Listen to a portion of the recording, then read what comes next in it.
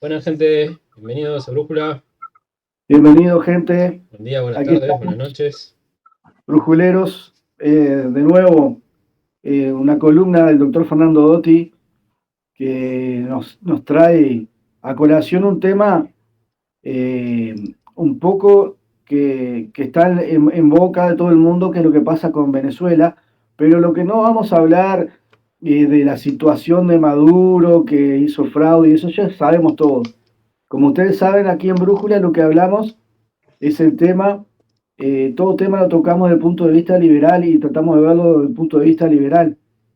Y debido a la situación que se está dando, la gente que se está resistiendo, se está manifestando, que ha salido a la calle a tener una resistencia a este régimen, la idea de Fernando hoy, la eterna vigilancia, es tocar este tema dentro de un punto de vista liberal.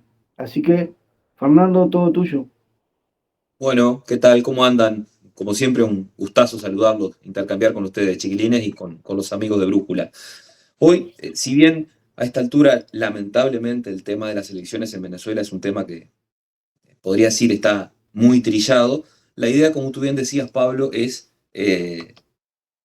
analizar esta tragedia que está viviendo el pueblo venezolano desde lo más profundo de la tradición del pensamiento liberal, rescatar algunos autores y pensadores que han dado respuestas a estas situaciones, ¿no?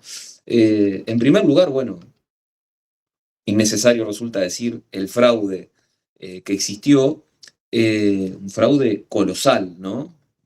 Brevemente decir que la sumatoria de los partidos políticos que participaron da 132% de los votos, ya para empezar. Me hacía acordar de las elecciones que hubo en la AFA, ¿se acuerdan? Hace unos años.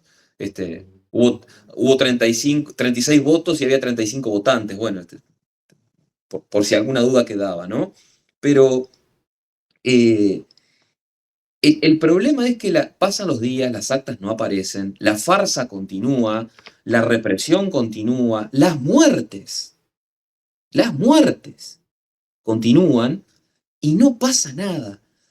Y la OEA, la Organización de los Estados Americanos, que si hay algo para lo que están estos organismos, es precisamente para dar una respuesta a nivel de derecho internacional frente a las tiranías, frente a los despotismos que atentan contra las libertades individuales. Y como se dice vulgarmente, la OEA se fue al mazo, ¿no? Por problemas institucionales propios, de bloqueos, en fin, no logró mayoría, en fin, se fueron al mazo. Si no sirve para dar respuesta a estas cosas, no sirve para nada.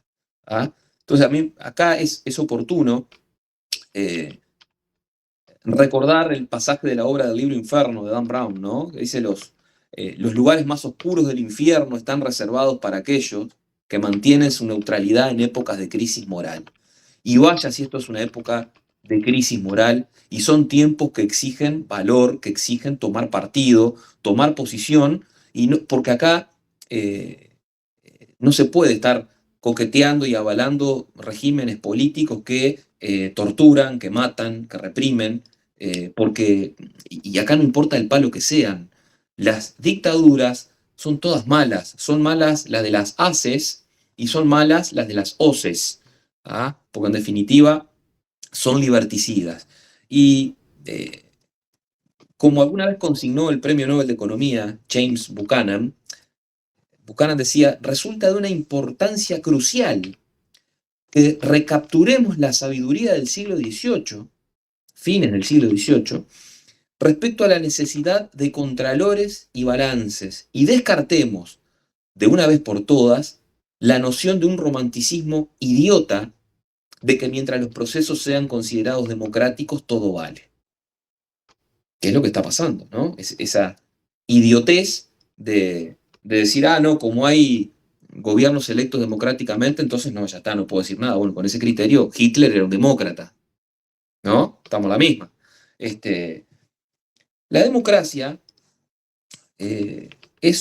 diría que es un concepto que es necesario, una condición necesaria, pero no es suficiente para la plena vigencia de los derechos que son inherentes a la condición humana. Es necesario, además, que esa democracia esté implícitamente comprendido en el concepto de democracia era el concepto de la limitación del poder, porque el poder corrompe, como decía Lord Acton, y el poder absoluto corrompe absolutamente, ¿no? Entonces, ¿cómo se limita el poder? Con marcos institucionales que limiten el accionar, puesto que también, para reivindicar al autor de la frase que lleva de título esta columna, Thomas Jefferson, en sus notas en Virginia de 1782 decía que un despotismo electo no es el gobierno por el que luchamos, a la vez que el costo de la libertad es su eterna vigilancia.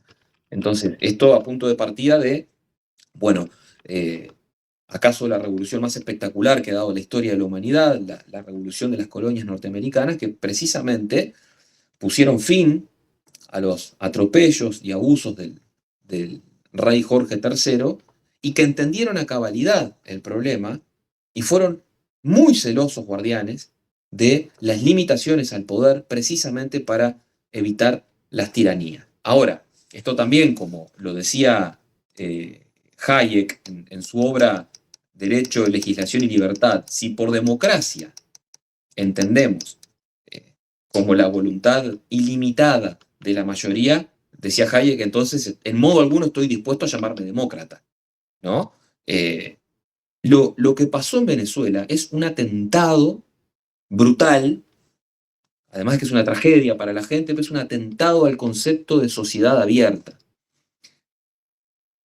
Y parafraseando a Karl Popper, en su libro La sociedad abierta y sus enemigos, ¿no? Ha quedado primero claro quienes se han lavado las manos. La OEA, ¿no? Que tienen reservado para sí los círculos más profundos del infierno, como dijimos. Pero también ha quedado claro quiénes son los enemigos de la sociedad abierta, quiénes son los liberticidas de la región, del mundo y de acá. Lamentablemente también un tema que está muy trillado ya, pero no puedo dejar de mencionarlo, los comunicados del Partido Comunista y del MLN no los voy a reproducir porque lamentablemente me van a ensuciar la columna, así que prefiero omitirlos por liberticidas, por defensores de tiranos, de asesinos. ¿Ah?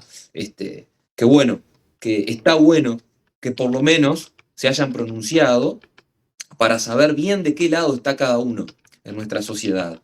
Y después tenemos el problema del resto de la izquierda, ¿no? Que dan más vueltas para condenar al régimen de Maduro que perro para echarse, ¿no? Y bueno, y habrá que ver, y hay que estar, y Gregre para decir Gregorio. Y lo peor de todo es que no lo terminan nombrando a don Gregorio, ¿no? Entonces, creo que ha quedado claro esto, porque estos tiempos de crisis moral, de crisis institucional, estos tiempos de liberticidas, estos tiempos de muerte, de tiranía, ¿ah? Exigen valor, exigen decir las cosas por su nombre, exigen tomar partido. ¿Ah? Entonces, bueno, creo que los amigos de la sociedad abierta, los defensores de la libertad, tenemos que poner el grito en el cielo ante estas cosas, independientemente de dónde venga el gobierno, del palo que sea. Esto es una mera coyuntura, nada más. Lo que pasa es que, bueno, por lo general el socialismo deriva en esto. Siempre y en toda circunstancia, ¿no? Es, como decía Antonio Escotado, es un cuento de hadas con 100 millones de muertos, ¿no? Pero bueno, acá seguimos con esa idea estúpida, romántica, del hombre nuevo y de la justicia social, parte de lo que decía el comunicado del MLN, ¿no? Que hablaba de seguir transitando el camino de la revolución bolivariana con justicia social. ¿Y qué es la justicia social? ¿96% de pobres? ¿Eso es justicia social? La verdad. Pero bueno, hemos llegado al absurdo, ¿no? Esto también lo decía Hayek, siguiendo a Aristóteles. Miren lo que decía Hayek. En tiempos relativamente recientes de la historia de la democracia moderna, los grandes demagogos comenzaron a argumentar que, puesto que el poder estaba ya en manos del pueblo, era innecesario limitarlo. La democracia corre el riesgo de esa manera, agrega Hayek, degenera en demagogia si se parte del supuesto de que lo justo en una democracia es que la mayoría decide y ya está, ¿no? Claramente. Por eso es la importancia de los marcos institucionales, porque a diferencia de de los estatistas, que de alguna manera idolatran esa suerte del filósofo rey de Platón, ¿no? Que proponía Platón en su filósofo rey, ¿no? Que bueno, había que haber un tipo, un Mesías, que entendía que era lo mejor para el pueblo y tenía que gobernar según su entender y su sapiencia y su sabiduría. Bueno, los liberales estamos diametralmente en contra de eso, estamos a la vereda de enfrente. ¿Y por qué? Porque nosotros no seguimos personas, seguimos ideas, ¿no? Defendemos la existencia de marcos institucionales que limiten el poder. ¿Y acaso, me permito citar a Montesquieu, quien en el espíritu de las leyes, él decía esto, la democracia, la elección por sorteo, la elección por sorteo es inherente a la democracia. Decía, ¿y cómo? ¿Por sorteo? ¿Y qué puede salir presidente? Cara de loco. Bueno, hemos tenido alguno que otro, dicho sea de paso, pero digo, sí, puede ser. Ahora, precisamente, ¿qué es lo que va a hacer la población el ejemplo que ponía Montesquieu, ¿no? Si es por sorteo el presidente? Y bueno, lo que se va, el acto reflejo, el mecanismo de defensa inmediato, ¿cuál va a ser? Protegerse. Vía marcos institucionales que limiten el poder que va a tener ese mono con escopeta, ¿no? Porque la clave está ahí, en los marcos institucionales que limiten el poder. Bueno, si esta opción que daba Montesquieu no es plenamente satisfactoria, pensemos otra, pero tengamos presente una cosa, el gran fracaso de los liberales del siglo XX para acá ha sido no saber poner límites al Leviatán, no saber haberle puesto límites al avance del estatismo. Si uno mira, tomando como referencia la Primera Guerra Mundial, de ahí para adelante, los estados en el mundo no pararon de crecer. Y a los liberales esa batalla nos quedó grande. Las cosas por su nombre, hay que decirlas. Hemos fracasado. ¿Ah? Además de haber perdido la batalla cultural, fracasamos en esto también, que es la clave. Porque, ya lo hemos hablado muchas veces, cada vez que el Estado crece, el Estado nada hace que no haya consumido capital previamente. Entonces, cada vez que crece el Estado, está succionando la capacidad de ahorro de la población y con eso mata la inversión y mata la productividad. Entonces, no es casualidad que los países que tienen estados grandes sean sociedades, primero, fuertemente reprimidas económicamente hablando, y segundo, que no sean sociedades prósperas. ¿Ah? Es así. Pero bueno, quiero reivindicar en esta columna de hoy el derecho al contragolpe de Estado que tiene, en el caso, la población venezolana. En este sentido, hay una columna que recomiendo del profesor Alberto Venegas Lynch en Infobae, que precisamente habla de este tema, ¿no? Y se trata de un contragolpe. ¿Por qué? Bueno, porque el golpe de Estado ya se lo dieron, ¿ah? Los tiranos de turno. ¿Ah? Ya avasallaron sus derechos, ya los atropellaron, ya se pasaron por donde no les llega el sol, la vida, la libertad y la propiedad de la gente y el derecho a elegir libremente quiénes van a ser sus empleados de turno para que dirijan los destinos del país.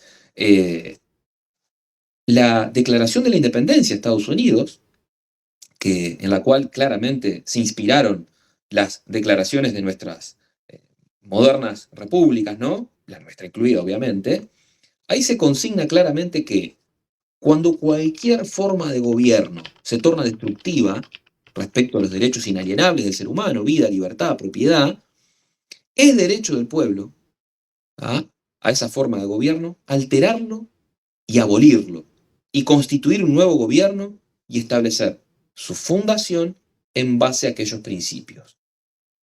Naturalmente que esto hay que tomarlo con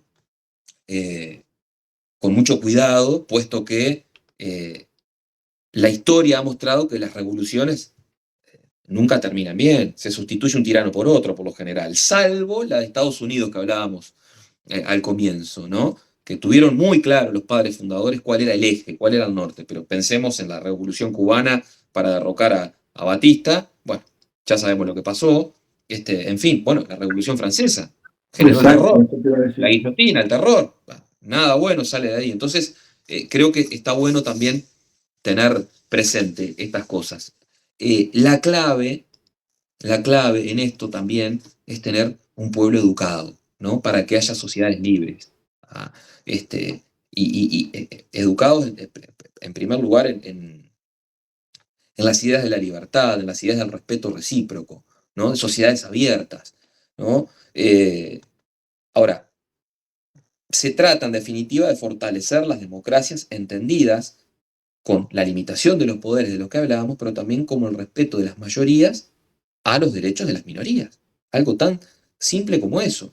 Y quiero citar, porque me pareció que realmente es muy interesante, hay una sentencia de la Suprema Corte de Estados Unidos del año 43, West Virginia State Board of Education versus Barnett. Esa es la sentencia. Y miren lo que dice la Corte, año 43. El propósito de la Declaración de Derechos fue sustraer ciertos temas de las vicisitudes y controversias políticas, ubicarlos más allá de las mayorías y de burócratas y consignarlos como principios para ser aplicados por las Cortes. Nuestros derechos a la vida, a la libertad, a la propiedad, la libertad de expresión, libertad de prensa, la libertad de profesar el culto y la de reunión y otros derechos fundamentales, dice esta sentencia, no están sujetos al voto y no dependen de ninguna elección. Es importante tener en cuenta esto porque, bueno, da la pauta es aplicable perfectamente al caso en cuestión, ¿no? Y por último, no sé cómo estamos de tiempo, pero bueno, 15 minutos. decir algunas cositas más, ¿no? Que también están, son inherentes a nuestra tradición de pensamiento, ¿no? Primero, la resistencia a la tiranía, algo hablamos ya, está asociado también a la posesión de armas. Y en esto quiero ser muy claro, y en esto puedo recomendar a los amigos que nos siguen el libro de Juan Ramón Rayo, el español, Los 10 principios del orden liberal, donde trata este tema con mucha claridad. Realmente lo recomiendo en forma entusiasta.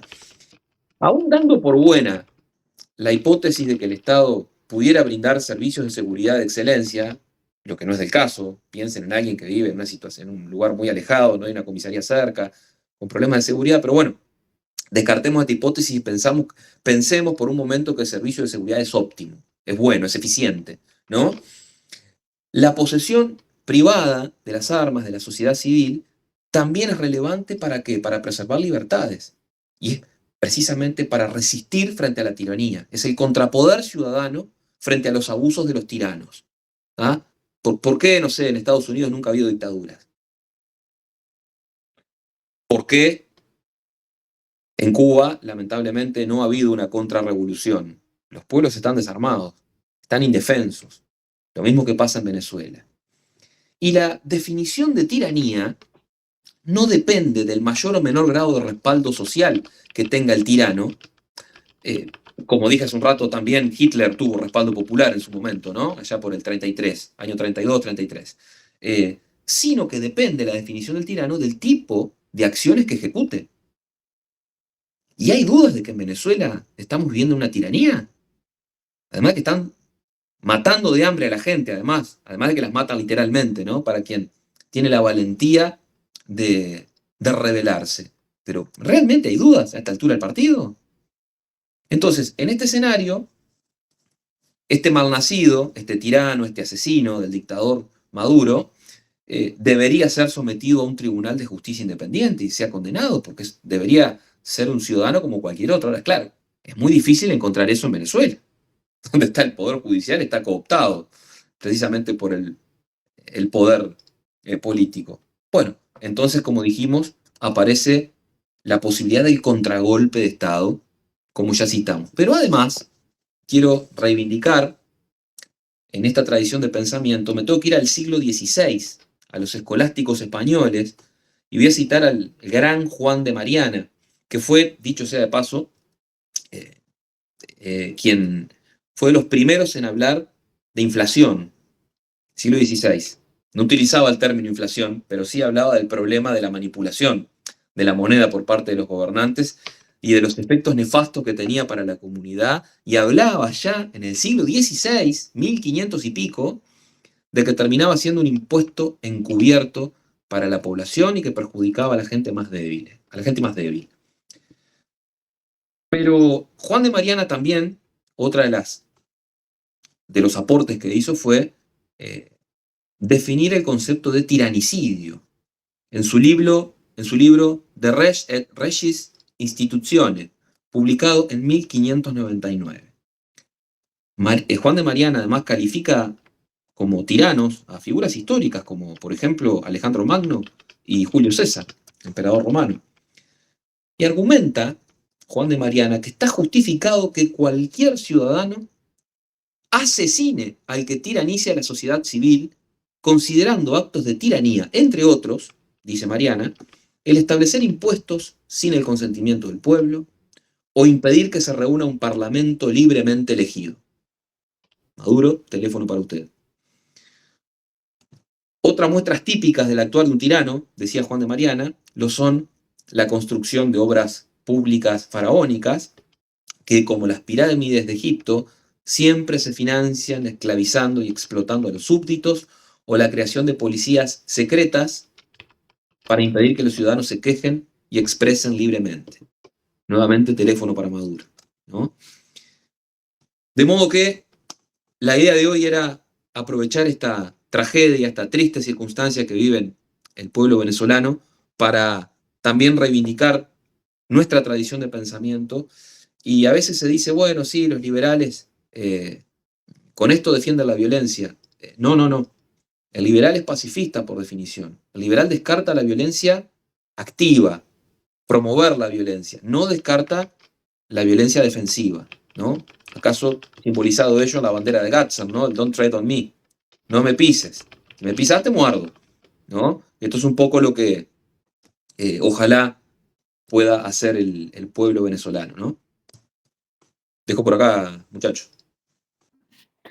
Totalmente de acuerdo. Cuando hablabas de marcos constitucionales, me acuerdo de lo que pasó en Chile, que ellos querían cambiar la constitución y el pueblo dio un rotundo no.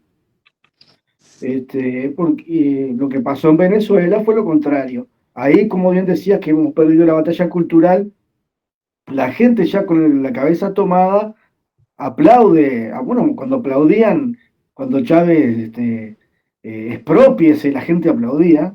Y ahí te das cuenta cómo la gente ya, la batalla cultural estaba perdida, la gente tenía la cabeza totalmente tomada y claro, una nueva constituyente. Y entonces cuando quisieron acordar, les quitaron las armas, les quitaron libertades, sobre todo se pudieron atornillar al poder, era un poco lo que querían hacer en Chile. Ahí la gente tomó la decisión correcta, ¿no?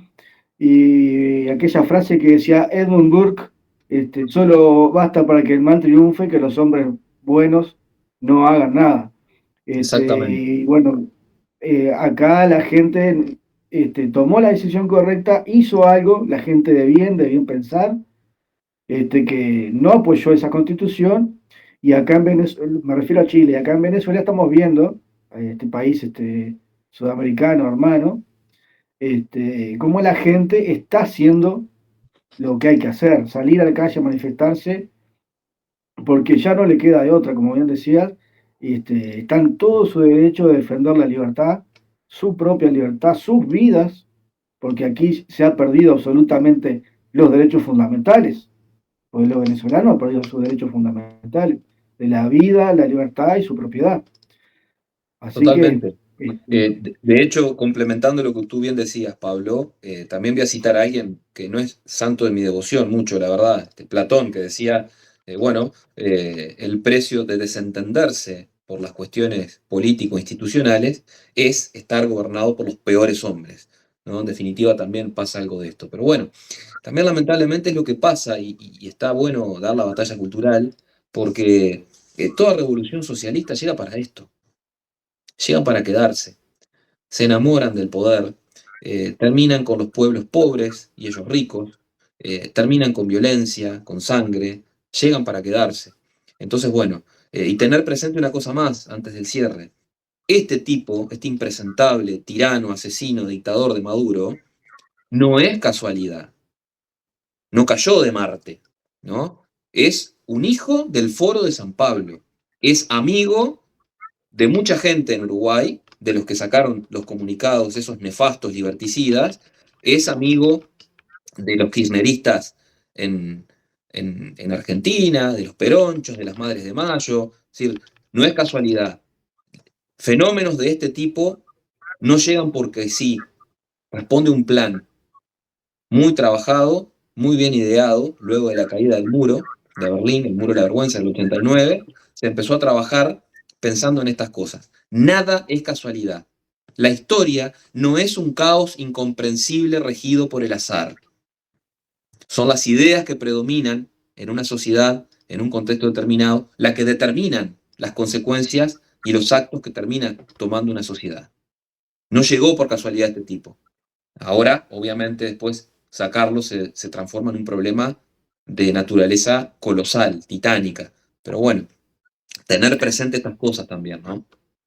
Me hiciste acordar cuando hablaba de que termina en una tiranía, Bakunin, que era un pensador era un pensador de izquierda, pero era un anarquista de Anarquista. izquierda, pero que él decía, discutiendo con Marx, porque se pelearon muchas veces, le dijo que para pasar al comunismo, no sé si te acuerdas, Fernando, dice, si se va por la vía del socialismo, se va a terminar transformando en un gobierno autoritario. Y bueno, se terminaron discutiendo al punto que Bakunin le pegó un par de trompadas a Marx. Y esto no es un invento de la derecha, este material está en páginas de izquierda. Y bueno, si bien no es santo nuestra devoción, ¿no? Pero Pero le bueno, dijo unas cuantas verdades a Marx y tenía razón. a muchos nos hubiera gustado darle un par de trompaditas a Carlitos Marx. Este, pero sí, terminan lamentablemente en Argentina se salvó raspando, a Sí. pesar, y eso que con todo el daño que quedó. Ahora, antes de irnos, Fernando, te voy a soltar una pregunta. Seamos realistas, que estos gobiernos que hemos tenido han sido unos gobiernos socialdemócratas, neoliberales, este, y el gobierno que puede ganar en las próximas elecciones es un frente amplio muy distinto. ¿Tú crees que se pueda intentar llegar a algo similar, de cambiar cosas de la Constitución, amigarse con gente de este tipo? Sí, no, han manifestado en su momento su intención de hacer reformas constitucionales en este sentido, ¿no? Eh, Hay que seguir muy de cerca. Yo no me caso con esa idea de que el Uruguay es distinto y acá esas cosas no van a pasar. No, definitivamente no. Hay que estar alertas. ¿Ah? Y bueno, los sectores más radicales del Frente Amplio, que son una porción muy importante, han mostrado lo peor de esto. Y bueno, hay que estar alertas. Hay que estar alertas. El costo de la libertad es la eterna vigilancia. Si me decís hoy que pase esto en el corto plazo, no creo, no están dadas las condiciones. Pero ojo, Venezuela era un faro de prosperidad y un faro institucional allá por la década del 80. No hay nada asegurado ni en la vida de los hombres ni en la vida de los estados y de las repúblicas. Ojo al gol. Entonces, eh, si no cuidamos estos detalles, si no tomamos posiciones claras, ¿no? de censurar y criticar con vehemencia estos comunicados liberticidas, bueno, sí, corremos el riesgo que de a poquito te vayan copando terreno y se vaya pudriendo el cajón. No hay que dejarlo pasar a esto. Hay que hacer Me mucho hiciste hincapié. acordar de este pensador liberal eh, que ha estado ahora apareciendo un poco en las redes, estuvo en Bajo la Lupa, que él decía que, yo no sé si nombraba a él a otro pensador de acá uruguayo, pero él decía que Uruguay se vuelve comunista con un poco de fuerza que le haga el gobierno que quiera y caemos en un gobierno comunista. No me acuerdo el nombre de él, han escrito un par de libros, pero Y no, sí, no, no, no, es no, no lo recuerdo. de la talla de Ramón Díaz, una cosa así. Ujú. Ahora Pero no, por no eso recuerdo. digo, hay que estar alertas, porque, bueno, el deterioro institucional, si bien no es de un día para el otro, empieza con estas cuestiones, ¿no? No hay que dejarlas pasar. Bien. Fernando, un gusto como siempre, la eterna vigilancia, como bien dice tu columna, siempre atentos. ¿Y nos puedes adelantar algo de lo que viene para la próxima columna?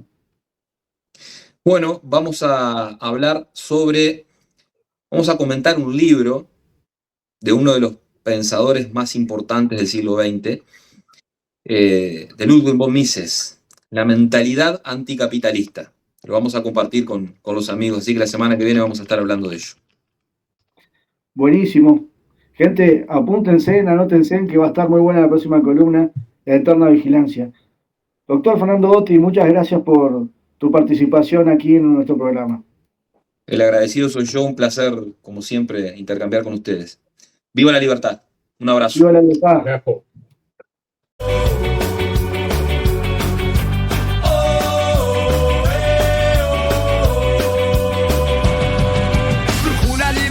Vaya fama que has ganado, te hallamos en YouTuber, un canal recomendado. La murga trae satiras a jugar y a desbordar, con vídeos e ideas